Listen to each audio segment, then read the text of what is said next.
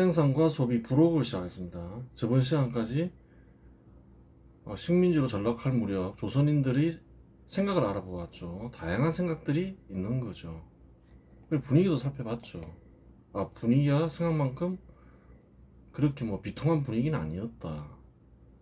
확인이 됐죠. 근데 식민지로 전락하다 보면 또 반발 세력이 있기 마련이죠. 그래요. 그 반발까지 알아보면 이제 이번 챕터는 끝나겠죠. 생각보다 길었죠. 근데 뿌리를 찾는 거니까 좀 자세히 탐구해야 되겠죠. 대충 할 수는 없는 거였죠. 또 너무나 많은 사건이 있었죠. 사건이 많지가 않으면 빨리빨리 넘어갈 텐데 어쩔 수가 없는 거죠.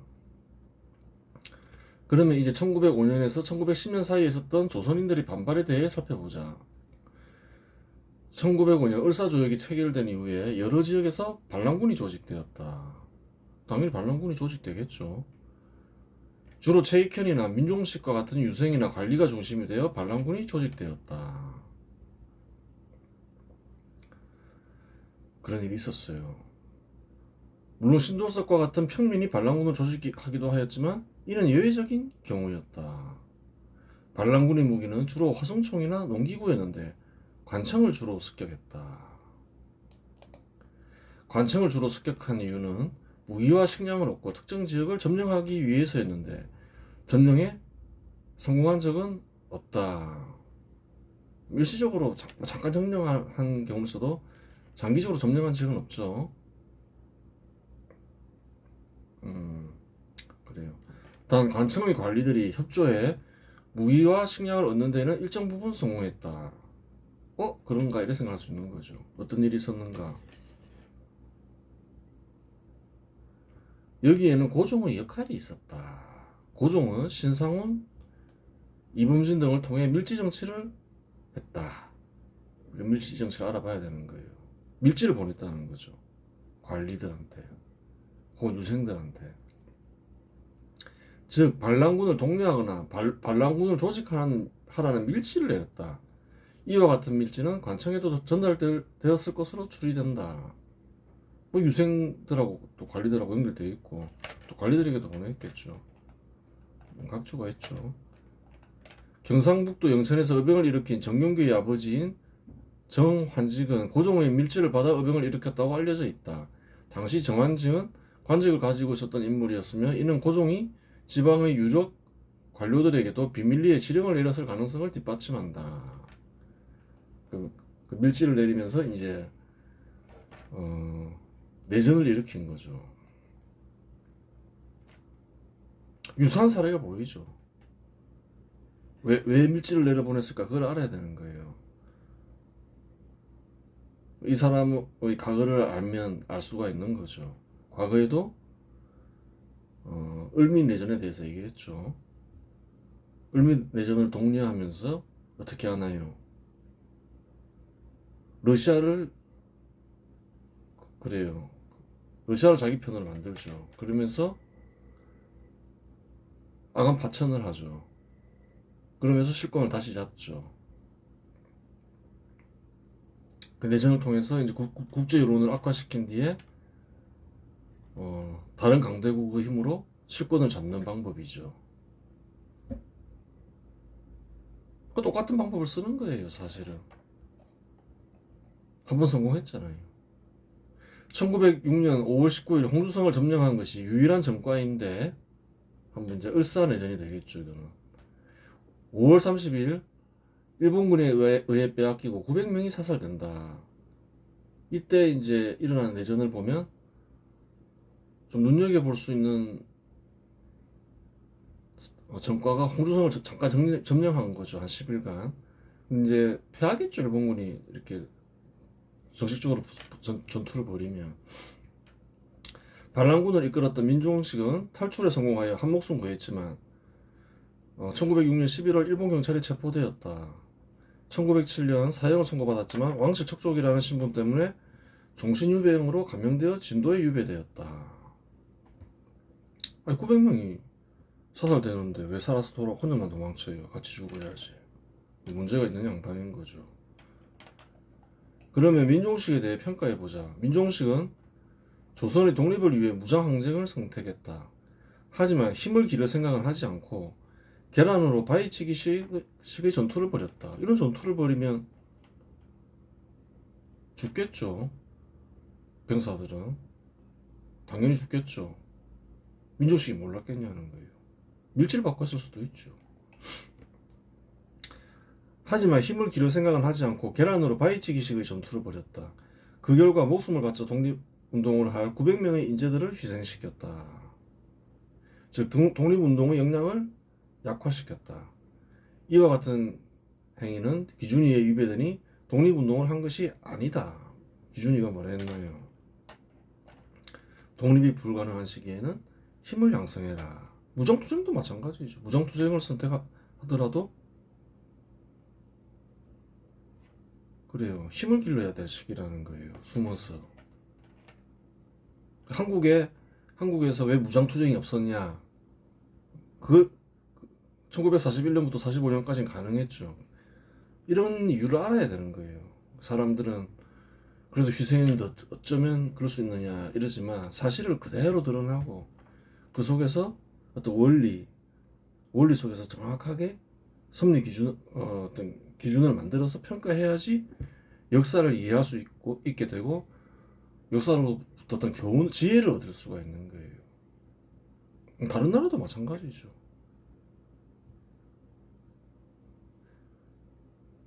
과거의 일만이 아니라는 거예요. 900명의 인재를 희생시켰으면 같이 전사라도 했어야지. 도망쳐 목숨을 구걸하여 살았으니 그제는 실로 크다. 기존 일을 위배했을 뿐만 아니라 독립 역량을 이렇게 약화시키고 목숨까지 구걸해서 산 거 아니에요. 또한 그는 을미사변 이전 반개혁 인사로 급진 개화파자들과 맞선 인물로 조선의 독립을 방해한 인물이다. 조선의 독립이 가능한 때였죠. 개혁 개방을 통해서. 또 갑오 개혁 때까지만 해도 가능했죠. 근데 불가능하게 만든 인사라는 거예요. 이 인사는. 이 또한 큰 죄이다. 즉 그의 행위는 항상 조선의 독립을 방해한 행위에 불과했다. 그렇죠. 그렇잖아요.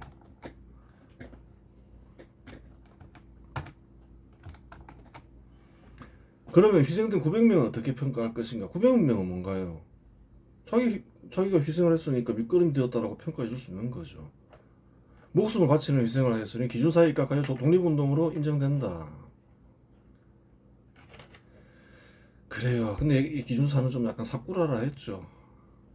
차라리 이렇게 목숨을 바칠 수 있는 사람들이 목숨을 보존하는 게 낫잖아요. 그럼 나중에 기회가 생겼을 때 큰 힘이 되잖아요. 그런 부분이 있는 거예요. 제이켜는 조선의 독립을 위해 무장항쟁을 선택했다. 그는 유생으로서의 명분을 중시하며 스스로 반란군을 이끌었다. 그러나 그는 대한제국 관군과의 교전을 해야 할 시점 반란군을 해산시켰다. 순간적으로 마음 고쳐먹은 것이다. 그 결과 큰 희생은 없었다. 그는 스스로 일본군에게 체포되어 대마도로 유배되었다. 그는 대마도에서 외적의 밥을 먹을 수 없다며 그래요. 단식 투쟁을 벌여 순국했다. 굶어 죽었다 이 말이죠. 스스로 목숨을 바치는 희생을 하였으니 기준 3에 의해 독립운동가로 인정될 수 있다. 그 밑거름이 되었다라고 판단해 줄 수 있는 거죠. 특별히 타인을 희생시키지도 않았고 자기가 희생한 거니까. 제이케는 급진개화파의 개혁개방 정책을 반대한 인물이긴 하지만 개혁개방을 반대했죠. 이 사람도. 책임이 있는 위치, 즉 관직이 있으면서 비판한 것은 아니고 개인 자격으로 반대했으니 기존의 일을 어긴 것으로 볼 수는 없다.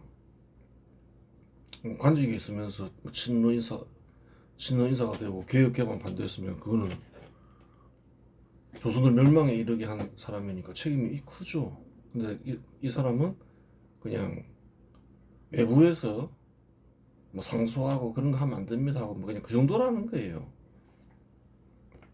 그런 것까지 막을 수는 없는 거죠.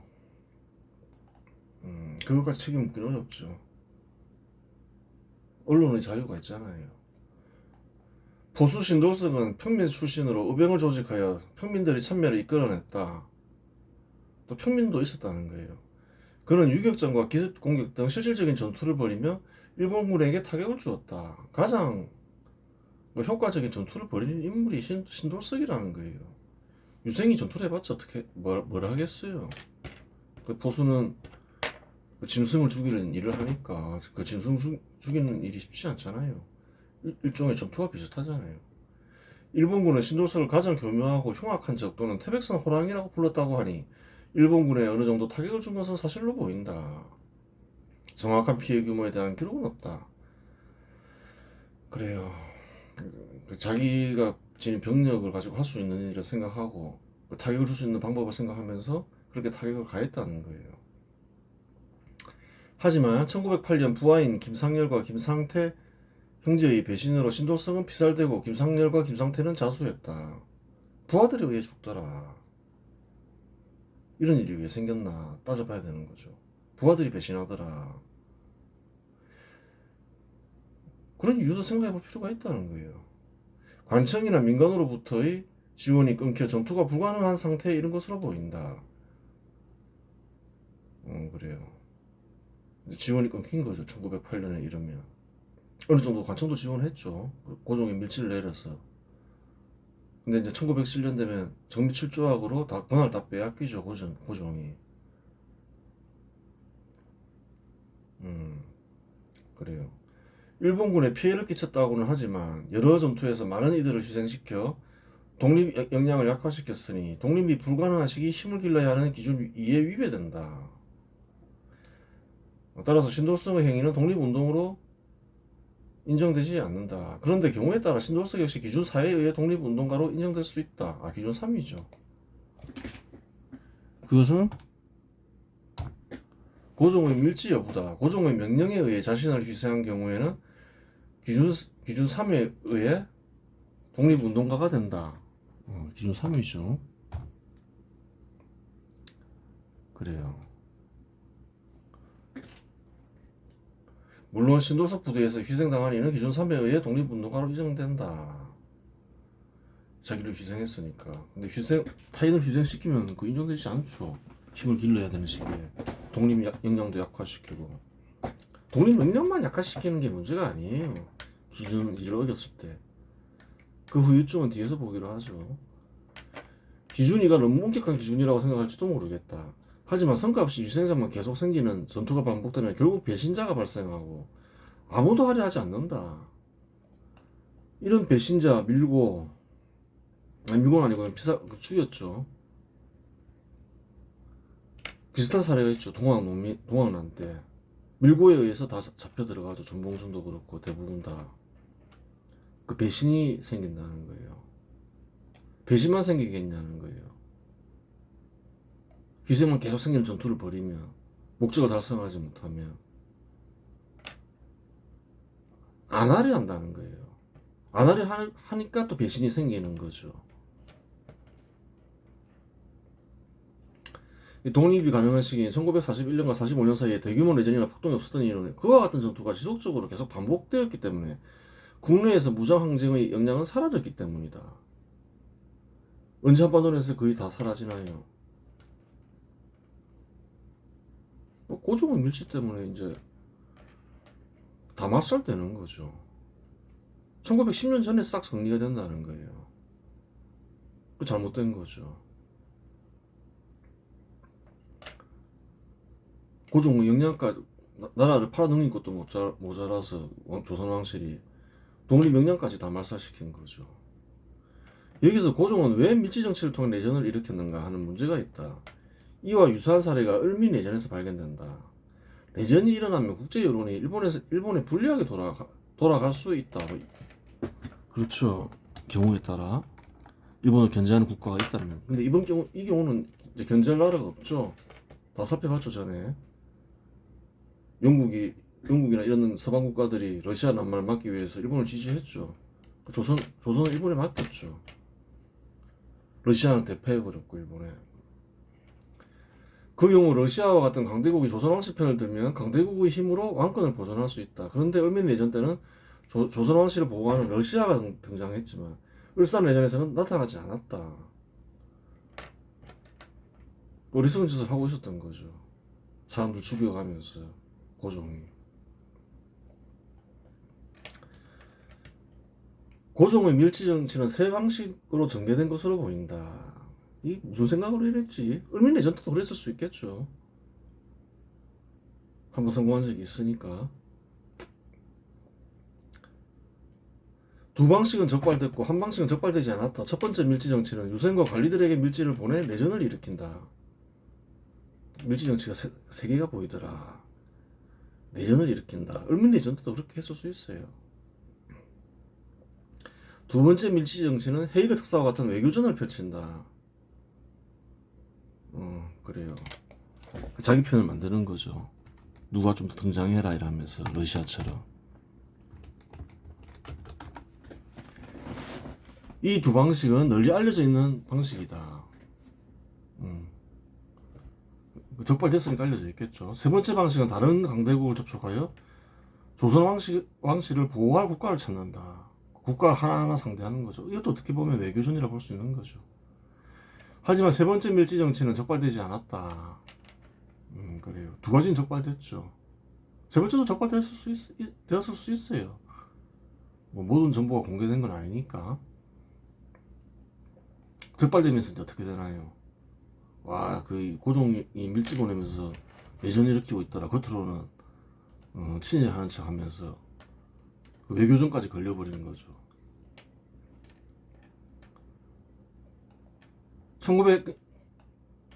그 결과 1907년 7월 24일 정미7조약이 체결되어 모든 권한이 박탈되었고 같은 해 8월 1일 군대가 해산되었다. 밀지 정치는 왜 해산됐을까요? 군대가. 밀지 정치는 통감부에 적발되었고 고종의 밀지를 전해받은 군대가 반란을 일으킬 수 있었기 때문이다. 군대가 해산된 이유가 있다는 거예요. 군대에 밀지를 보내서 이제 반란을 일으키면 통감부 역시 큰 피해를 보겠죠. 아무리 그 조선 정부군이 허접하다 하더라도 피해를 막기 위해서 이제 반란을 일으킬 수 있다 생각하고 해산시켜버린 거죠.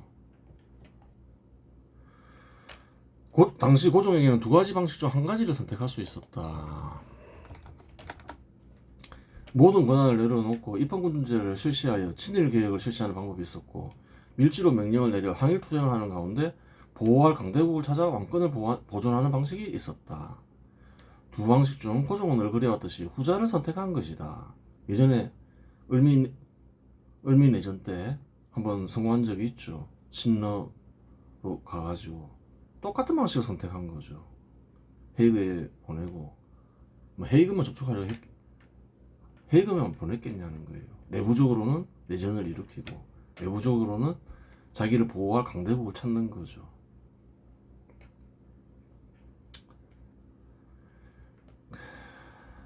뭔가 좀 한심하다는 생각이 들지 않나요? 아니, 딴 나라의 식민지는 돼도 되고, 혹은 뭐 딴 나라의 속국은 돼도 되고, 일본의 속국은 왜 안 되려 하냐는 거예요.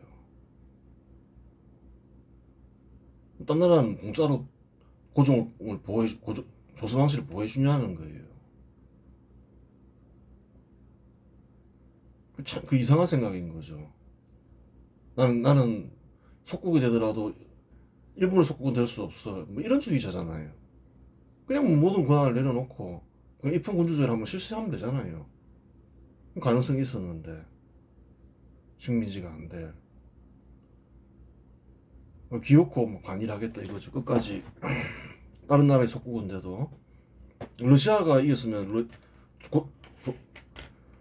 조선이 러시아의 속국이 안 됐겠냐는 거예요. 그 생각이 참 이상한 사람인 거죠. 조선 군인들은 군대가 해산되거나 구조조정되면 반란에 적극 가담한다. 근데 조선 군인들이 특징이 있더라. 가만 보니까 1882년 임원군란 때도 그랬고 1895년 을미사변 때도 그랬다. 이때도 마찬가지이다. 군대가 해산되자 군인들은 반란군에 적극 가담했다. 해산된 군인들은 왜 반란군에 가담할까? 세 번의 사건에서 공통되는 이유를 찾자면 다음과 같다. 해산만 하면 반란을 일으키더라. 구조조정하거나 그러면 임원군한테도 그랬잖아요. 훈련대도 그랬고, 훈련대는 해산되니까 자기들끼리 해산될 것 같으니까 군대를 조직해서 그냥 을미사변 일으키잖아요. 일본인들과 협조해서 낭인도 포함되어 있었죠. 근데 해산된 군인들이 더 많았죠. 낭인 한 4, 50명, 군인 300명. 역사책에서도 정확히 적어야 되는 거예요. 일본 낭인이 죽였다 이렇게만 얘기하면 안 된다는 거예요. 역사를 왜곡하는 거지. 당시에는 직업이 한정되어 있고 농토와 농사 기술이 없으면 소득을 얻을 길이 없다. 즉 해산된 군인은 이렇게 죽으나 저렇게 죽으나 마찬가지라는 말이다. 왜 군인들은 해산하거나 구조조정하면 이렇게 반란을 일으킬까? 세 사건의 공통점을 보라는 거예요. 왜 그럴까? 임오군란은 또 그 일본 정부를 상대로 하는 것도 아니잖아요.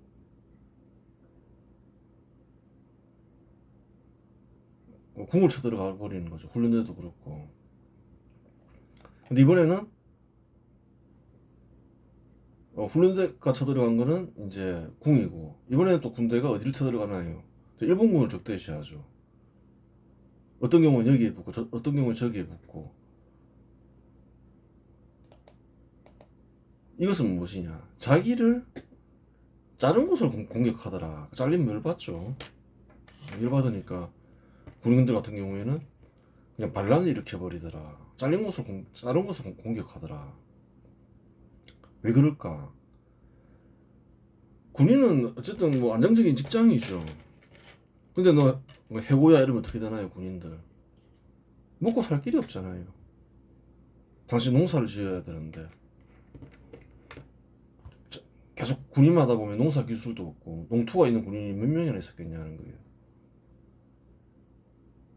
뭐 죽기 아니면 살기로 덤빈다는 거예요. 또 그게 보이면 좀 아는 거죠. 경제 현상과 연결시켜야지 이거는 볼 수 있는 거죠. 이러한 이유로 해산된 군인들은 반란에 적극하다며 자신의 직업과 소득을 차지했다. 실제로 임오군란이 성공했을 때 잠시라도 군인들은 직업과 소득을 찾을 수 있었고, 그렇죠. 임오군란 때 딱 성공하자 바로 대원군이 어떻게 하나요? 군대를 부활시키죠. 없앴던 군대를. 직업과 소득이 중요한 거예요. 그러니까 현 시대도 마찬가지긴 하지만 예전엔 더 그랬겠죠. 딴 직장을 구할 수가 없으니까. 을미사변이 성공했을 때 훈련된 군인들은 직업과 소득을 일정 기간 지킬 수 있었다. 그렇죠. 신라파가 권력을 잡기 전까지는. 그래요. 1907년 군대가 해산했을 때의 군인들의 생각도 크게 다르지 않았다고 보면 된다. 군대 해산시키니까 누가 해산시켰나요? 일본 정부가 해산시켰잖아요. 그러니까 일본군 공격하죠. 해산시킨 곳을 공격하더라. 자른 곳을 공격하더라. 특징이 있더라. 하여간 고종의 밀지정치로 인해 8,000명 정도의 군인들은 해고되어 졸지에 실업자가 됐다. 괜히 밀지정치해가지고 군인들까지 해고됐잖아요. 8,000명이나 실업자 만들었잖아요.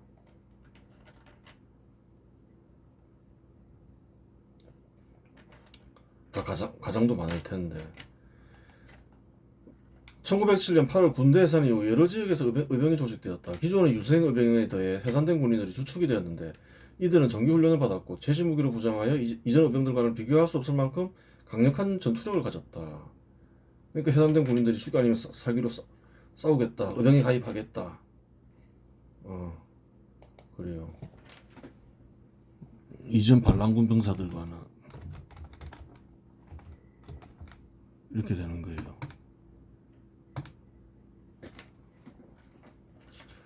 이들은 관청을 습격해 무기와 식량을 얻는 것은 물론 일본과의 정면 전투를 벌이기도 했다. 하지만 습격에 성공하여 일시적인 관청을 점령하여 무기와 식량을 탈취하는 데 성공한 적은 있어도 장기간 점령한 지역이나 관청은 없었다. 점령해봤자 일본군과 전투를 벌이면 대패기에 며칠을 버티지 못했다는 말이다. 병사 좀 훈련을 받았다 해도 또 무기를 갖췄다 해도 뭐 그래 일본군만은 못하죠. 또 일본군은 그 규모가 상당히 컸겠죠.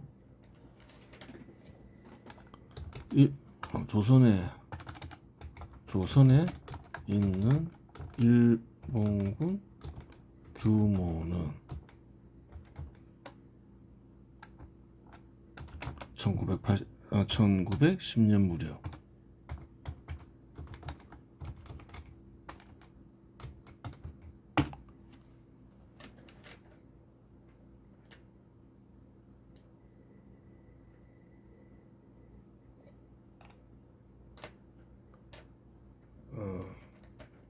한 2만 명 정도 있었다.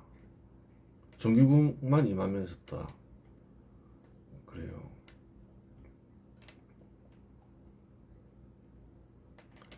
헌병 연차만 7,700명 됐다. 한 3만 명 정도 있었다. 군사력이 그렇게 되는 거죠. 그래요.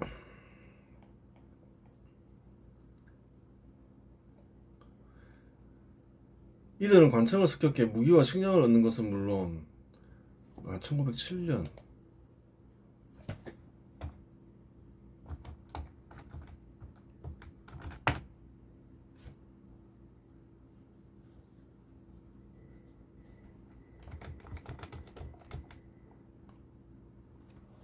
한 2만 명 정도 있었죠.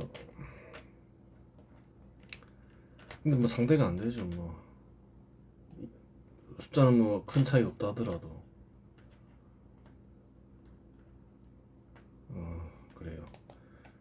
정미의병을 일으켰던 대표적인 정민내전을 일으켰던 대표적인 인물은 유생 이인영과 허위이다. 이인영과 허위는 을미내전 때 유인석과 함께 싸운 경험이 있다. 그러니까 좀 을사내전 이후로 쭉 이어진 건데 이제 약간 다르게 분류하죠. 군인들이 합류했으니까 쭉 이어져 오던 건데 좀 전력이 막강해졌죠. 이인영과 그 유생이었다. 근데 이끈이들이 이런 게 문제인 거예요. 유생이 무슨 전쟁을 한다고 이끌어요. 차라리 친동석한테 맡기지. 이인용과 허위는 을민내전 때 유인석과 함께 싸운 경험이 있다. 이들은 서울을 수복하여 국권을 회복하고자 했다. 그래서 13도 창의군이라는 연합의병부대를 조직하고 허위를 총대장으로 삼아 서울 진공작전을 계획한다. 거창하죠. 그래서 다 모여라 한 거예요. 각지에 연락을 해서 13도 창의군은 10,000명에 이른다고 하지만 전부 살려보면 한 10,000명 된다는 거예요. 당시 이제 반란군 병사들 반란군 규모를 보면 서울 진공작전은 300명의 부대로 진행됐다. 이런 게 문제라는 거예요. 유생들이 아니 300명 부대로 그 서울에 있는 일본군을 제압할 수 있냐는 거예요. 그거 황당한 거죠. 1908년 1월 29일 허위가 300여 명의 부대를 이끌고 동대문 막 30리까지 진격했다. 하지만 일본군이 공격에 대패하고 양주에 직결 중이던 반란군 역시 흩어진다. 직결하고 있었는데 그냥 300명으로 그래요. 쳐들어갔다는 거죠. 좀 직결된 뒤에 한번 해보던가. 그 생각에 문제가 있는 거죠. 전쟁을 할 사람들이 아닌 거죠. 전쟁을 하는 것인지 속꿉장난을 하는 것인지 알 수 없는 작전이다. 현 시대에 300명 가지고 그래요. 이런 일을 벌일 사람이 있겠냐는 거예요. 일본 정규군과 싸우는 건데 이인영과 허위의 행동과 작전을 보면 이인영과 허위와 같은 유생은 전쟁을 치를 마음가짐이 되어 있지 않고 작전을 짜지도 못하니 엉망으로 짜는 거죠. 전쟁을 지휘할 수 없는 사람들이다. 300명 데리고 진격했으니 뭐 몰살당하겠죠. 뭐 특별한 게 있냐는 거예요. 충분한 병력이 직결된 뒤 공격한 것도 아니고 300명을 가지고서 일본군에 승리하고 서울을 수복할 수 있다고 생각하는 이들이 정상인인가? 차라리 보수 출신 신돌석에게 지휘권을 넘기는 것이 더 나았을 것이다. 그렇죠. 이제 신돌석은 나름대로 이거 정면 승부는 안 돼 이러면서 자기 역량을 알고 치고 빠지는 전투를 하면서 그래도 약간이라도 타격을 주잖아요. 근데 이건 뭐냐는 거예요. 겉으로 보면 화려할지 모르겠지만 이 전쟁을 수행할 수 있는 사람들이 아닌 거죠. 유생이 그랬다는 거예요. 당시에는. 1908년 9월에서 1909년 10월까지 일본이 남한테 토벌 작전을 전개하며 흩어진 반란군을 토벌하기 시작한다. 토벌 기간 동안 1만 명에 이르는 병사들이 사망했다. 그래요. 토벌 작전이 벌어지면 다 죽죠. 흩어졌으니까 300명으로 공격했다가 이제 여기서 망가졌다 이러니까 다 흩어지겠죠. 무장투쟁을 선택한 이들은 모두 만주나 연해주로 돌피할 수밖에 없었고 이후에 일본의 철저한 감시망으로 한반도 내에서는 무장투쟁이 불가능하게 됐다. 그래요. 그 뒤로 제대로 된 무장투쟁이 있나요? 이 사람들이 역량을 다 망가뜨려 놓은 거지. 즉 한반도 내 무장투쟁 역량을 송두리째 뽑은 이들이다. 이들은.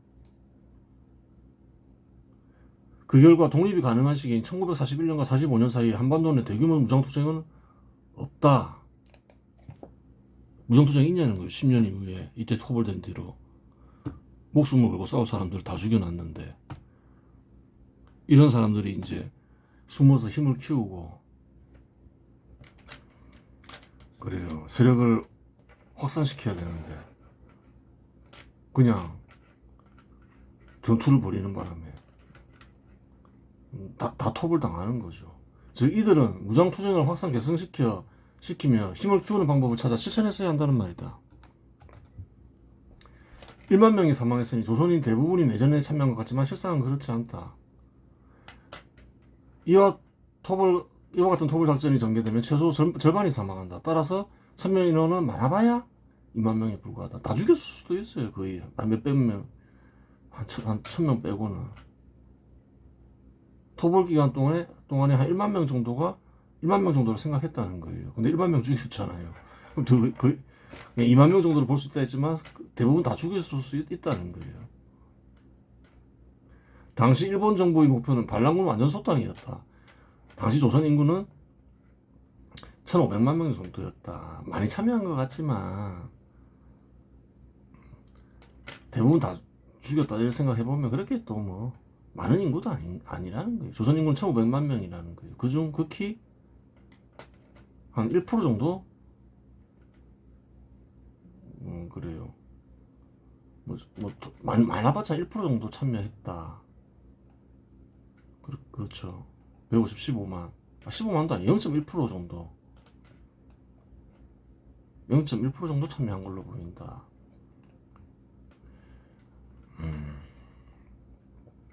이인영과 허위와 같은 이들은 을민해전 때 조선이 독립을 방해했으니 기준 1을 어겼고, 그렇죠. 을민해전 일으키는 바람에 개혁이 중단됐잖아요. 실권을 잃고 친러 반격으로 간 거죠. 독립이 불가능한 시기 독립 역량을 대폭 감소시켰으니 기준 1을 어겼다. 독립 역량을 완전히 말살시켰죠. 그 잘 보라는 거예요. 어떻게 이 사람들이 희생했는데 어떻게 이렇게 비정하게 판단할 수 있냐. 근데 그렇지가 않다는 거예요. 단순히 1만 명을 말살시킨 것만이 아니라 조선 내에서 독립 역량을 무장 항쟁할 수 있는 역량을 완전히 말살시켰다는 거예요. 그러니까 어떻게 되나요? 한반도 내에서 그래요. 무장 항쟁이 안 일어났잖아요. 한국인들은 창피스럽게 생각하잖아요. 그 역사 사실대로 드러내고 평가 기준을 만들어서 정확하게 들이대야지. 어떻게 되나요? 왜? 한국에서는 그런 좋은 기회 때 무장투쟁이 일어나지 않았나? 그 역사를 바르게 이해할 수 있다는 거예요. 또 그리고 바른 작전을 짤 수가 있다는 거예요. 언제나 순 거짓말을 해놓으니까 이 역사를 이해할 수 없게 되잖아요. 콤플렉스전이고, 아 우리는 뭐지? 왜 딴 나라들은 무장 항쟁하면서 독립한 나라도 있는데 왜 한국은, 조선은 왜 무장 항쟁, 한국인들은 왜 무장 투쟁을 안 했지? 콤플렉스가 되는 거예요. 그 이유가 여기에 있다는 거예요. 정확하게 사실을 드러내고 평가 기준을 정확하게 만들어서 딱 들이대면 알기가 어려운 게 아닌데 그 짓을 하고 막 기준을 마음대로 자의적으로 해서 평가하니까 알 수가 없게 돼버린다는 거예요. 역사가 사장이 되는 거죠. 역사로부터 아무런 교훈을 얻을 수가 없는 거예요. 설사 고종의 밀주로 인해 일어난 일이라면 기준사에 의해 기준산명에 의해 독립운동가로 인정될 수 있지만, 설사 공이 인정되더라도 뭐 쟤는 산만하고 공은 티끌이니 독립운동가로 인정될 수 없다. 이익년과 허위와 같은 사람들은 기준일을 어겼잖아요. 독립이 가능한 시기에 독립을 방해했잖아요. 아까 얘기했죠. 물론 그들이 지위를 받아 희생한 이들은 기준사에 의해 독립운동가로 인정될 수 있다. 그렇게 되는 거예요. 희생한 이들은 미끄럼이 됐다. 이렇게 판단해 줄 수는 있는 거죠. 아까운 목숨을 잃은 거니까 인정해 주는 거예요. 사실 그 뒤에 미친 영향은 굉장히 이 사건들 자체로 인해서 안 좋지만, 이들이 기준일을 어긴 여파도 실로 컸다. 어긴 여파는 실로 컸다. 기준일을 어기면 어떻게 되냐는데 그 다음을 보자는 거예요. 기준이가 왜 중요한지. 일본의 철저한 감시로 인해 어떠한 종류의 독립운동도 한반도 내에서는 힘들게 됐다. 이때의 여파로 인해서 이제 독립운동이 힘들어진다는 거예요. 무장항쟁은 거의 불가능해지죠. 산발적으로 몇몇 차수는 있어도 이들이 무력항쟁만 실패한 것이 아니었다. 실력 양성 운동 역시 일본의 철저한 감시와 탄압을 받았다. 1907년 결성된 비밀조직인 신민회는 교육, 산업, 언론을 통해 민족 역량을 키우려 했다. 이들은 대성학교와 오산학교를 세워 민족 교육을 실시하고 자기 회사를 설립해 민족 자본을 육성하려 했다. 하지만 일본은 이러한 움직임조차 조선의 독립을 위한 내부의 적으로 간주했다. 어떠한 단체도 인정하지 않게 됐다는 거예요. 어떤 일을 벌일지 모르니까. 그 결과 1911년 105인 사건이 터졌다.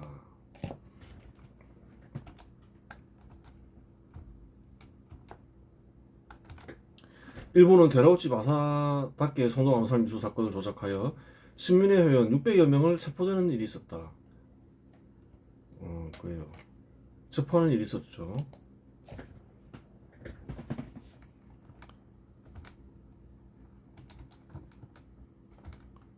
즉 이 사건으로 인해 일본 정부는 조선인의 그 어떠한 모임도 허용하지 않게 된 것이다. 그렇게 된 거예요.